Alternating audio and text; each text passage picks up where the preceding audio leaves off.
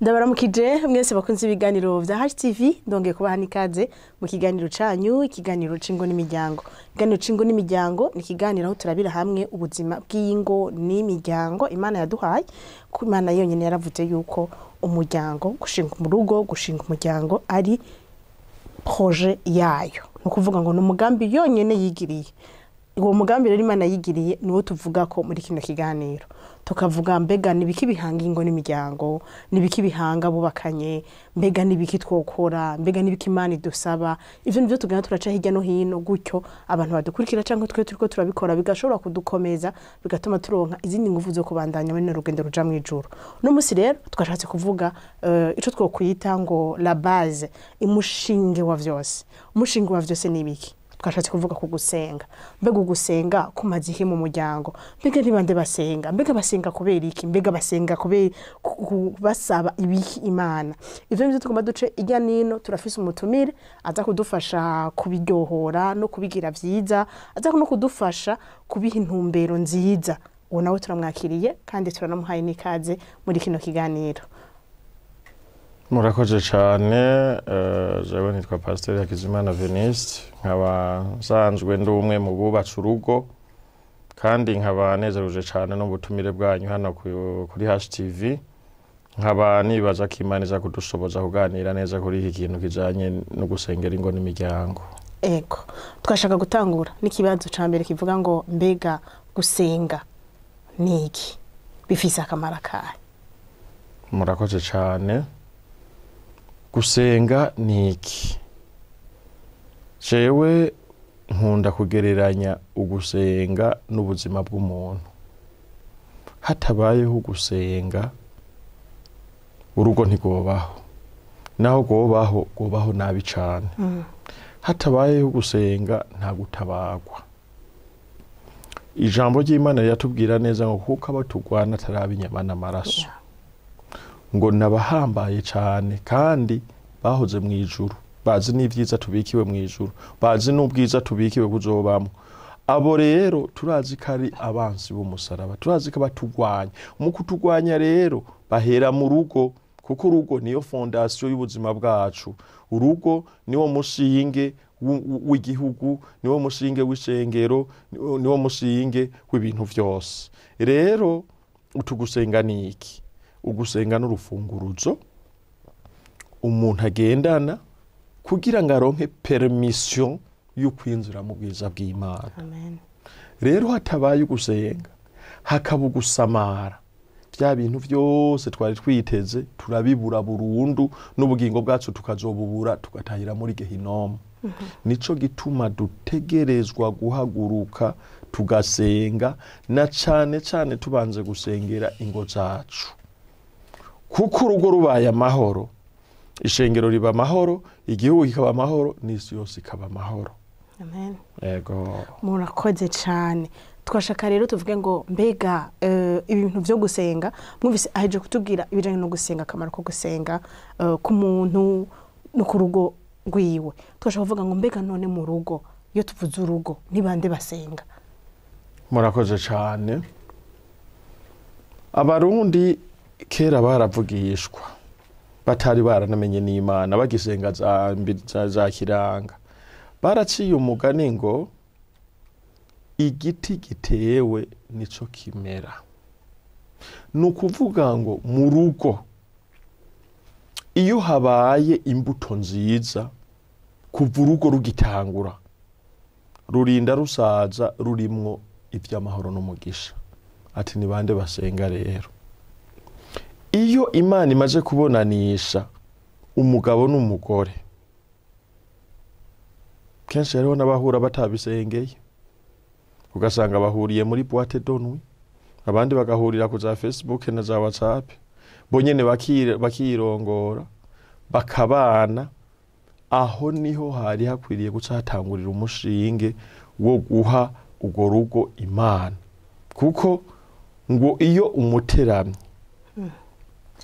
adateramye neza agateramira ubusa, umusuma araronka muca agasambura akiba agatwara ivyo yategerezwa kurarira. Rero gusenga no kurarira urugo.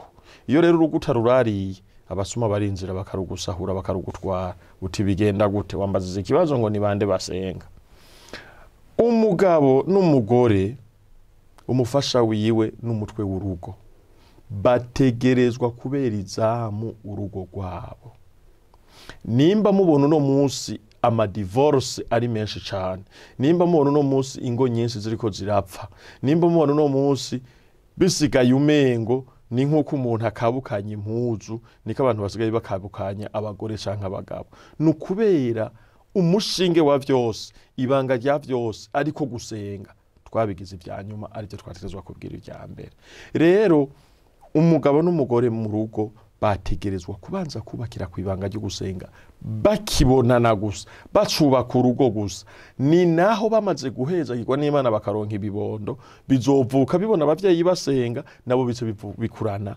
yandero nziza wa mutima mwiza wo gusenga reka ndaguha karorero iyo mugabo amenyanye n'umudamu bakubaka urugo bagaca bubakira kwibanga ryo gusenga ntihagire agatondo na kamwe bavyuka nk'impene ngo bagende badasenze ntihagire umugoroba n'umwe baryama nk'intama ngo baryame badasenze n'abana bazovyara bazofatira kuri rwa rufatiro bakunze babona mu ngo zabo umwana usanga bariye mugenzi we ati nturyama udasenze kubera babibonye kwa papa na mama kuko murazi umwana akiri mutoyi cyane aryamana na se na nyina gusika hafi ku myaka nk'ibiri nukuvuga nimba muvyeyi umugabo n'umugore barakoze igicaniro mu cumba cabo ntambavuye kijya gitanda dufise nivyo ndiko ndatumira abarundi n'amakongo banyumviriza twategerezwa kugura gatapi ukagasira hajya hambavu imbere y'igitanda cawe kuko hariho n'abantu benshi biyorohereza mu gusenga akigaramira mu gitanda uwundi akagarama nagomba kumbwira hajya ko muca muhanyagirwa uheruka utangura ntumenye ngene warangize ugusenga ariko iyo muteye intambwe kuko Yesu cagiye yaduga ku musozi Elayon Yesu cagiye yabona intumwa ziwe zigomba zimwege donke ibyago bigomba bimushikire yabariye intumwa ngo tugende gusenga basiceyo barateye intambwe gatatu ntibagumye hamwe na hamwe ngo bagume kumwe na kumwe wewe yarasubira n'inyuma karaba gasanga barisinze mugabo yarababariye ngo ntimwaruse mubana nanze ugutera intambwe rero n'ukwahe fata umudamu wawe umufata ukuboko mwururuke hasi y'igitanda musira amavi hasi mufatane ukuboko ikimenyetso c'urukundo muhamagara iyo mwijuru musenge umwana navuka asanga muri uwo mugenzo nawe ubuzima bwiwe bwose azogukurana kandi nagomba ndakubwire ngo ugusenga gukingura ijuru ugusenga n'urufunguruzo rutwugururira ijuru rusivyo gusa niko gugurura n'umugisha nimba mu ngo zacu dukeneye ko haba amahoro dutegerezwa gutanguza Imana imbere tugasenga rero hatabaye gusenga habukunyagwa niko namye ndabivuga uno munsi ugasanga abantu twitwa ngo nabakozi b'Imana bitwa ngo nabapastor ngo nabasenzi ngo nabadiakoni mu masengero mu ngo zabo barazinze ibirago atamasengesho yigera haba agenda yakorera ku ishengero naho nyene usanga atora Bibiliya mu gatondo yarandigiye ko n'umusegetera n'umusengesenge akunkumura ku munsi w'Imana agenda ariruka mu rusengero ngo ngiye gusenga mbega ayo masengesho ya dimanche bamwe twitwa abanyandwi kuva ku munsi wa mbere gusa kuwa gatandatu tutigeze wibuka burya byo kuri niyo matesengesho Imana ituronderako rero abasenga dutumirirwa gusenga ni babiri bagiye kubakana bagiye gutangura urugo kandi bakayatangura kuva bagitangura kubaka urugo rwabo kuko igiti kigororwa hikiri gito uko mumenyereza umubiri wanyu niko byose bimenyera marama ndiko ndabwira abantu benshi dukunda kuganira ico wamenyereza umubiri wawe nico ukora nimba mubona abantu midi bose biruka kurondera ivyo bafungura nuko umubiri wabo wamenyereye gufungura saa sita umubiri wawe nimba warawumenyereze yuko saa moya y'umugoroba utegerezwa kugenda ku mwanda mukuru canke mutoyi iyo saha igeze ntavyo kwirigura yumvira automatique buza wumva ugomba kugendayo rero nimba waramenyereze ubugingo bwawe n'ubwo umudamu wawe gusenga imisi yose mu gatondo imisi yose ku mugoroba ni automatique ntibushobora kurara mudasenze. Ariko mubwiye kugira ikintu bitugwiga ngeso ngo nuko yumvise kwa naka basenga ngo narwe tugomba dusenge bizokunanira kuko ntavyo wamenyereze. Abantu rero barekuriwe bahamagariwe gusenga ni babiri kuva bagitangura kubakana urugo rwabo. Murakoze cyane. Abantu bahamagarirwa gusenga mwavyumvise ni babiri kuva gitangura kubaka urugo rwabo. Mbega umuntu yo kwibaza ati ni kubera iki umuntu aba akwiye gusenga? Mwavyumvise turakusenga kugira ngo bwa mbere na mbere turondere ubucuti bwacu n'Imana. Kigira kabiri turasenga kugira ngo tutaramira ingo zacu, kuko Satani nta kindi kintu camuzanye ku isi atari konona no kwica no gusambura, ni wasambura n'izo ngo zacu. Mwavyumvise mu majambo menshi baheje kubitubwira. Tujere ku bindi bikurikira tuvuge ngo mbega twosenga gute? Mbega twosenga gute? Nibiki twovuga mu vy'amasengesho yacu? Nukuri umbazize ikibazo cija cyane, kuko na nuno munsi na niyisaha hari abantu tugishakisha mu gusenga tutararasa ku ntego, tutarabona ingene gusenga vyogenda. Nagomba nkubwize ukuri yuko nimba twebwe tukigero turasakisha hirya no hino turaba turondeza ngo mbega twogira gute twogirane, Satani wa mugwanizi wacu wewe arazi kurasa hababaza, arazi kurasa ku ntego, arazi gusambura ibyo sambuka bigatuma we yigarurira urugo. Ati none twoca dusenga gute? Twibukanye neza yuko Satani kuva akororerwa mu isi avuye iyo yavuye gukwega intambara yasitse mu isi asika sambura urugo. Nta kindi we yaze afise vision abona ahagomba kurasa. Yafase Adamu na Eva amukura haruhande, Eva aramutwara amujana hariya mwitongo, atangura kumwereka ngo mbega ngo nukuri vy'ukuri koko ngo yarababuzize ko mujya kuri kino camwa, ariko uranyumvira. Aho yari yamaze kumukura haruhande y'umugabo, aca Eva aremera, baba baguye mu kangaratete. Abarazaniye umugabo, barajya bagenda kwirota uruva bari gusa. Nukuvuga ngo ubwiza bw'Imana burabavako. Ngo none twosengera iki? Ikintu ca mbere nyamuguru dukwiye gusengera nuguhamagara ubwiza bw'Imana ku ngo zacu, nuguhamagara ubusabane n'Imana, imigenderanire n'Imana, kugira ngo urugo rwacu rugiranira imigenderanire myiza n'Imana. Nukuvuga ngo iyo umuntu n'uwundi bafitaniye ubusabane bwiza, bafitaniye imigenderanire myiza, hama hariho agatima gakubita kwa wa mugenzi wawe mufitaniye ubucuti budasanzwe. Rero Imana umaze kuyisenga uyihamagara ubucuti bwawe nayo, nukuvuga ngo ihagarariye isezerano ryacu, ihagararira isezerano ry'ugo rugo. Nukuvuga ngo babazimu n'abadayimoni bari bafise intego yo kuza gusambura rwa rugo, niba bakironkaho bamenera, niba bakironkaho baca kugira ngo barusambure. Rero icambere dutegerezwa gusenga nugusenga tubarira Imana ngo Mana ndindira urugo rwanje, Mana mbera umupilote wa runo rugo rwanje. Ivyo turondera, ivyaba ivy'amatungo, vyaba ivy'imigisha, vyaba ibindi vyose, ijambo ry'Imana rirambwira ngo mwitwararike ivy'ubwami no kugororoka. Ibindi vyose ni bonus, Imana ibiduhera ubuntu. Rero tumaze kwatsa igicaniro c'amasengesho mu ngo zacu, abazimu n'abadayimoni bararutinya. Nigeze kuba nganira n'umuntu yagize igihe kirekire akorera Satani mu vya Satani, akorera Satani. Arambwira ngo imva y'umukristo naho ihambwe ngo n'izindi mva ziri hambavu zayo ziraba protege kubera iyo mva.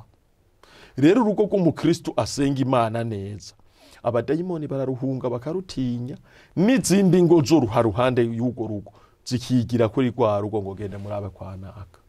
Rero nidusenga tubwire Imana duti tubere umupilote w'urugo rwacu, hagararira urugo rwacu, urara mu rugo rwacu, urarana natwe, bana natwe, ugendane natwe. Hanyuma ivyo bindi vy'imiduga, ivyo bindi vy'ubutunzi, ivyo bindi vy'ubuzi bwiza, nukuri Imana izobiduhera ubuntu, kuko n'abajya babifise bavukiye amezi 9 nkayo twavukiye.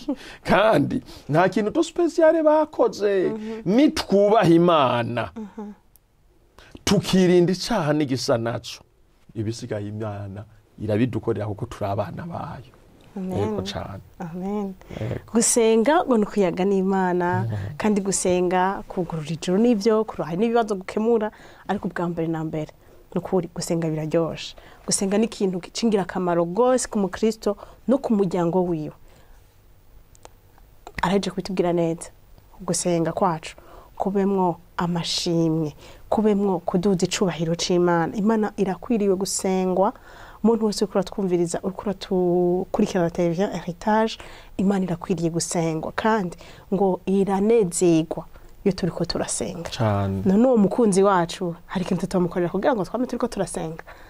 Nta kintu na kimwe tutokora, niwe mukunzi wacu dufise, niwe atwumvira, niwe adutega amatwi, kandi muri biga dusenga ibintu bimenga ntibifatanye ukuntu mugabo wewe nga mwemo w'Imana aradusengera cyane gose, aradusengera imisi yose. Aho hari ico nogomba nje ndakunganira ko gato.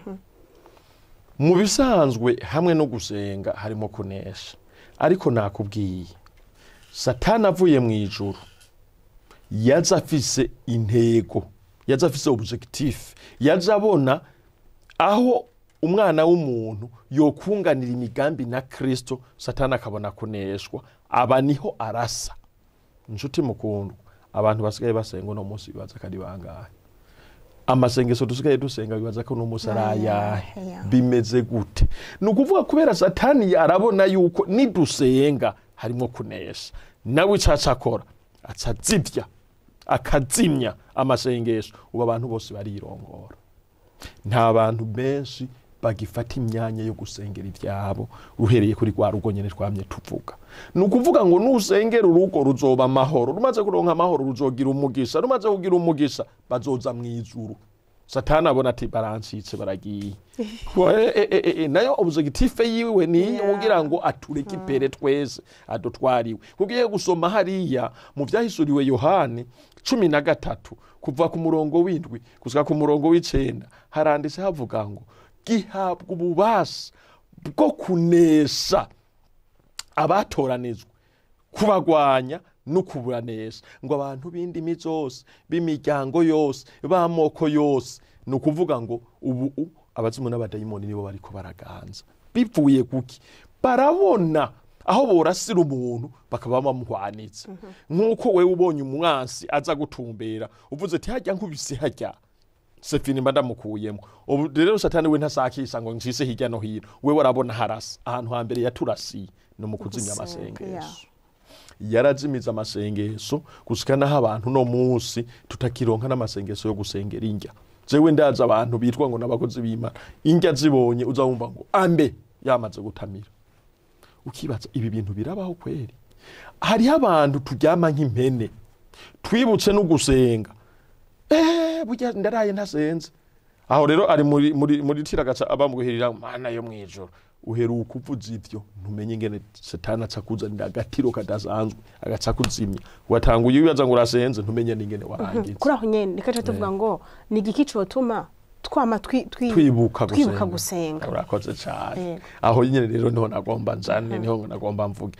Maze iminsi ndiko ndagwana intambara, kuko mu bintu Imana yampishuriye kuva mu ijoro ryabonane itariki imwe z'ukwezi bw'umwaka wa 2025, Uhoraho Imana yarangende yarambarira ngo muri bake bari basigaye bandi ko je Uhoraho uwuzohagarara agasenga mu mpwembu no mukuri ngiye kumufata ukuboko nzane nawe.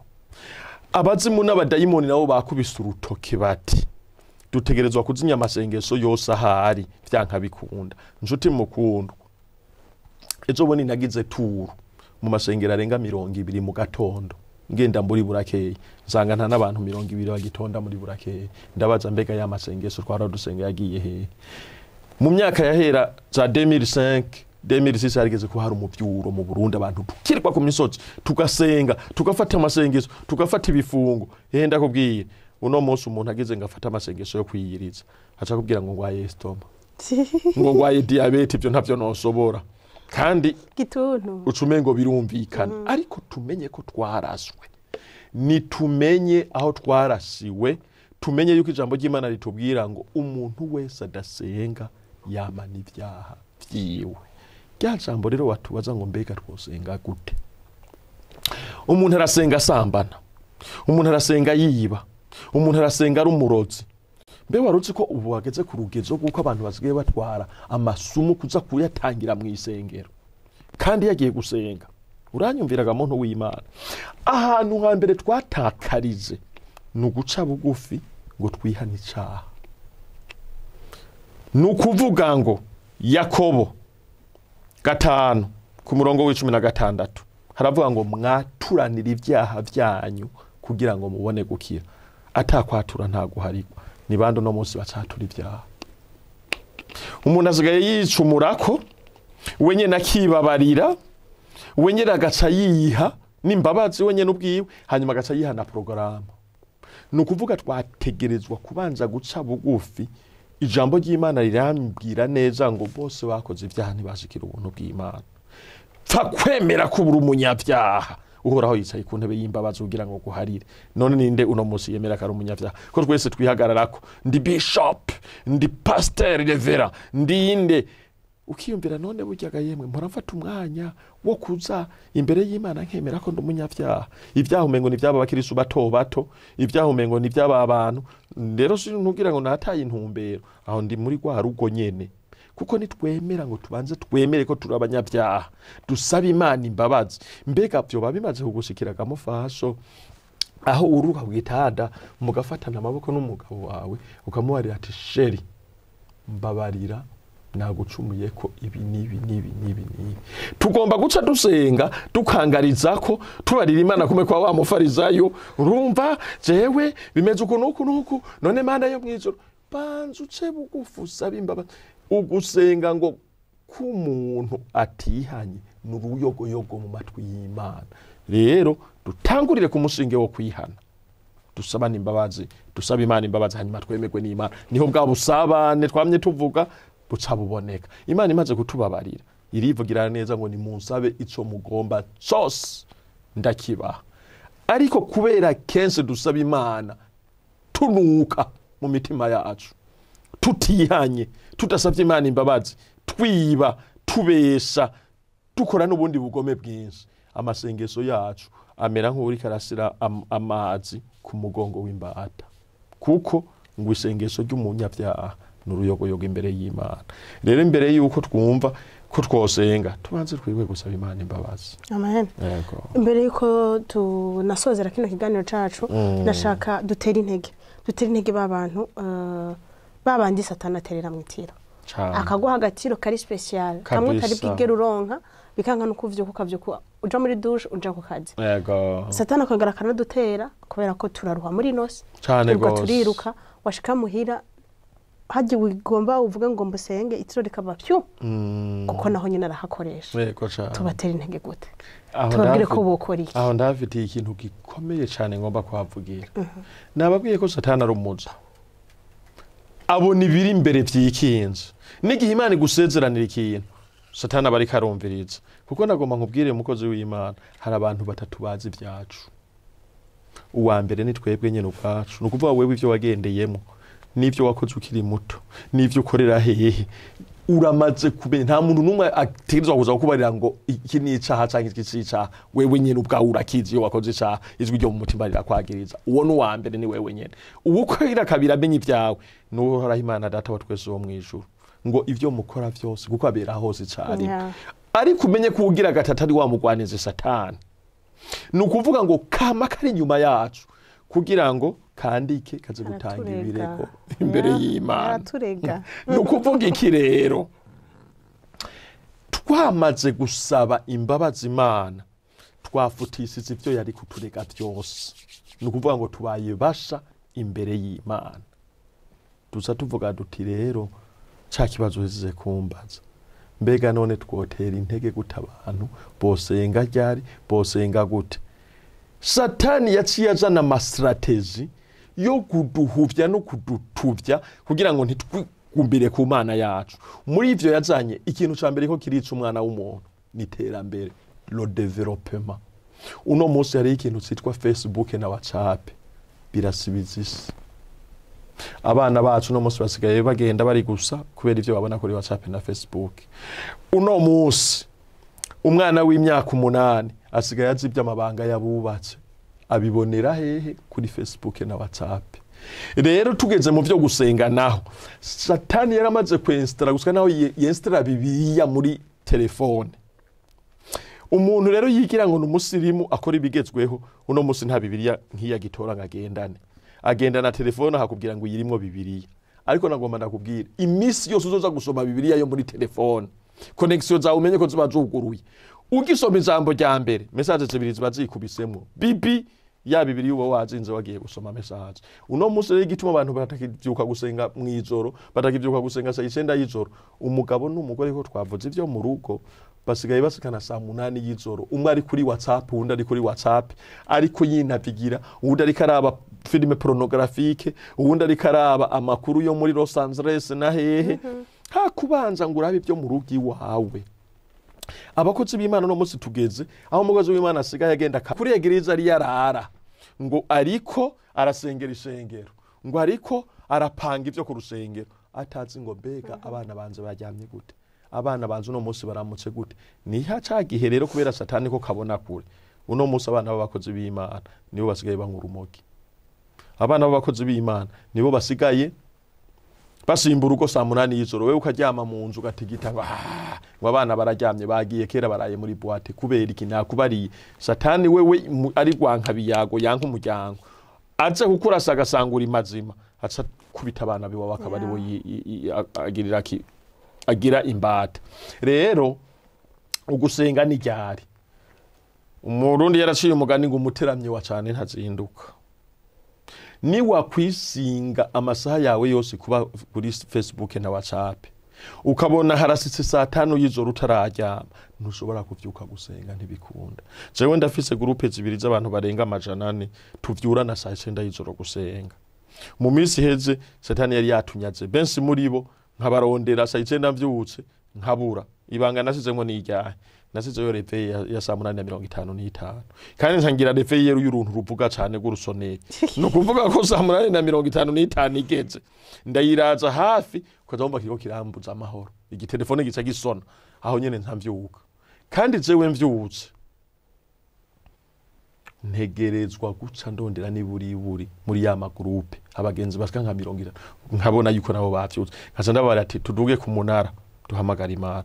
Amasengesho ya saa 9 y'ijoro nzokubangira ibanga ryayo mu kindi kiganiro ni ibintu bidasanzwe kuko saa 9 y'ijoro saa 9 iyo saha y'icenda mwibuke kari saha special niyo saha uhoraho umwami wacu yacikaniyeko niyo saha y'icenda uhoraho yahora agenda mu itongo rya Eden kugendera Adamu na Eva. Iyo saha y'icenda nyene ni ya saha kuri rya rembo ryitwa ryiza Petero yabona cakimuga agikorera ibidasanzwe. Isaha y'icenda ni saha special nizo gituma Imana yayimpishuri umukozi w'Imana ngaho uri kuranyumva wahura ubona bikugora fata telefone yawe kame gatoyi niho gakunda kuvuza ugwamo cyane ukenstare kuri saa 8:55 ugasiremo reveil saa 9 y'ijoro uvyuke usenga Imana. Ni wasenga Imana iminota 10 15 20 nta kabuza kusubira kuronka agatiro uraryama kandi mu gatondo ukavyuka. Aho amasengesho yapfiriye kandi umuntu w'Imana na bamwe twahora tuzinduka muri twibature kuko nimba tuvuga igihugu cyacu cy'u Burundi twasize Imana imbere. La constitution burundaise ikaba ifatiye ku rufatiro rwo gusenga. Reka tuvyaplike bitereye mu ngo zacu duce dusira Imana imbere mu buzima bwacu. Ukivyuka tangura gusenga Imana. Nimba binaniranye brad irukanga uronde nta hantu namba batangura akazi imbere ya saa 1 irukange uze muri twibature. Naboneye y'umugisha naboneye igitangaza c'Imana iyo usenze Imana ukayigira iyambere nayo ikigendana nawe mu byo ugiye gucurucumba mu byose. Igituma ubona abantu benshi twishwe no kurondera tugashira mu isaho zitobotse Imana nawe yoguha ibihumbi 100 ku munsi ugasanga uri muri mwidende y'ibihumbi 200 ku munsi. Kubera iki ni wasize Imana imbere. Mugabo iyo watanguye gusenga ukiyasosia n'Imana Imana isiza muri bya bintu byawe mugasangira umuta nuvuga ngo natwa dufaranga twawe duteye dusubiranye n'Imana ibintu byose bigira umugisha. Amen, merci. Murakoze cyane akaba ari hano dushobora kino kiganiro cacu ariko sinosozera kino kiganiro ntababwira ijambo. Imana mukure mu muntu yaramuremye, uwo muntu imuremye iramubwira ngo ndakuremye ndagushizeho ariko yaturemeye intumbero, kandi intumbero yaturemeye niyo kuyihimbaza cyane. Ntushobora kubaho ubuzima bwawe ngo ubeho swatse ni ukorera Satani cyangwa ukorera Imana, ni bibiri, ni kimwe muri bibiri. Donc wewe nimba ubayeho no munsi isuzume uvuge ngo mbega je ndiko nkorera nde, mbega ndiko nkorera Imana koko canke nimba ntako nkorera Imana ndiko nkorera nde. Ikintu gikomeye cyane. Ikindi kigira kabiri, menya ati mbega iyo Mana nkorera turakunda mu mpwemu no mukuri, turanakundana. Mbega none ko abakunzi bacu dushobora gukora ibintu byose twifuza, baga abantu baje bakunzi bo mwisi, ba papa bo mwisi, ba mama bo mwisi, baje bavukanye bo mwisi, turabakora ibintu byose bibaho dushoboye kugira ngo tugume dukundana. Nimwiyumvire iyo Mana nayo tuko tugikorera iki. Voilà. Ikintu cyambere yadusabye ari kuza imbere yayo tuje kuyishimira, tuje kuvuga ubwiza bwayo, tuje kwibwira ngo Mana ingo ubuzima bwanje urongore buno ubuzima bwanje je ubwanje urongore n'ubwo rugo rwanje. Niho hantu turonkera umugisha, niho hantu twumva tunezerewe, tukumva twuzuye umunezero w'Imana, umunezero udatangwa n'amafaranga. Lezame ibintu by'Imana si amafaranga, si cubahiro, si ubutunzi, ariko Imana yonyene nge n'amahoro nkuko yabisezeranye. Irayatwuzuza ikatwuzuza umunezero, ikatwuzuza amahoro, ikatubwira ngo ndi kumwe namwe ndabafasha ukuboko. Bironkegwa he ku mavi mu gusenga. Numvise mwebwe uvyuka bikanga, abandi mukasenga mwicaye ku gitanda. Ni Satani nta kindi camuzanye ku isi, no kubomora, no gusambura, no kugira ngo ntituze tubone Imana, kugira ngo tuze duhure n'uwo muntu yadukunza akatwigura, akadukunda urukundo rutagira akagero. Nukuri ndabateye intege, yababwiye amastrategie amwe mwokoresha mu kuzimya amatelefone yanyu, mu kuryama kare, mu kuzinduka, byanse kuzinduka saa 9 rondera. Hari muri mvye yavuze ngo mbega nta nakanya na gato yoronkera iyo Mana. Turondera umwanya na mutoyi iyo Mana, tubwire ngo Mana turaje. Na bwa bubi bwose irabizi ko turi babi, irabizi ko tutabereye, irabizi kandi yifuza ko tuzi imbere yayo tuje kwibibwira, tuje kubwira ngo Mana ngo dutunganye utwezesha amaraso yawe. Niryo sengesho numva no basengero no munsi mwebwe mwese mukomera kuri ibiganiro vya HTV, kandi Imana ibashoboze kubibamwo kugira ngo mwibere mu mugisha w'Imana. Nta wundi mugisha basabira, umugisha w'Imana nuko mubana nayo, mukanwana nayo, mugasengera ingo zanyu, mugasengera imiryango yanyu. Nimba ufise inzu ntoyi, nimba ufise chambre ntoyi, urashobora kuja muri salon ugasenga. Abana bajyanye mu cyumba kimwe, umugabo akumva umenga ntarashobora gusenga cyangwa umugabo ntarashobora gusenga. Nimba afise akabeba adashobora kuvyuka saa 9, wewe wahawe ubwo bubasha bwo kuvyuka saa 9, avyuka uje muri salon. Ubwira Imana uti ndaje, nta byinshi mfise ndakubwira mugabo ndaje ku respecta ya saha yawe. Imana nta kindi kintu dukeneye ko atari uko twunga ubucuti nayo tugakundana, akaba umukunzi wacu koko. Uwo Yesu agira neza kandi muzohabona nkene umugisha. Muzogaruka hano hantu mutubwira ngo ikiganiro canyu carakoze umuti. Turabashimiye cyane Pastor ko ibintu mweje kutubwira. Murakoze cyane. Mwakoze namwe mwese mwakomara kurikira kino kiganiro. Turabifurije ibi bintu n'ukuri mu ngo zanyu, turabifurije ko Imana yubahishurira ibanga kandi niyo yikreya le vouloir et le faire mu mitima yacu. Turabasengera ngo Imana ibakomeze ishiremwe iryo shaka n'uwo mwete byo kuyirondera. Nimba udafite ibintu byinshi ushaka kuyibwira, genda wicare wibwira uti Imana mbwira basi wewe. Yego. Rega nayo nyene iravuga kandi irashobora kukuganiriza ikakubwira ati nkoshaka kuvuga ibi. Uzoronka ivyo uvuga, uzosenga iminota 30, hirya usenga isaha, hirya usenga amasaha 2, kubyumva umenga ntushaka kuva imbere yayo. Kandi muzoharonkera umugisha. Ubuntu bw'Imana bugurume ngo azanye no miryango yanyu. Umwami Yesu abahezagire.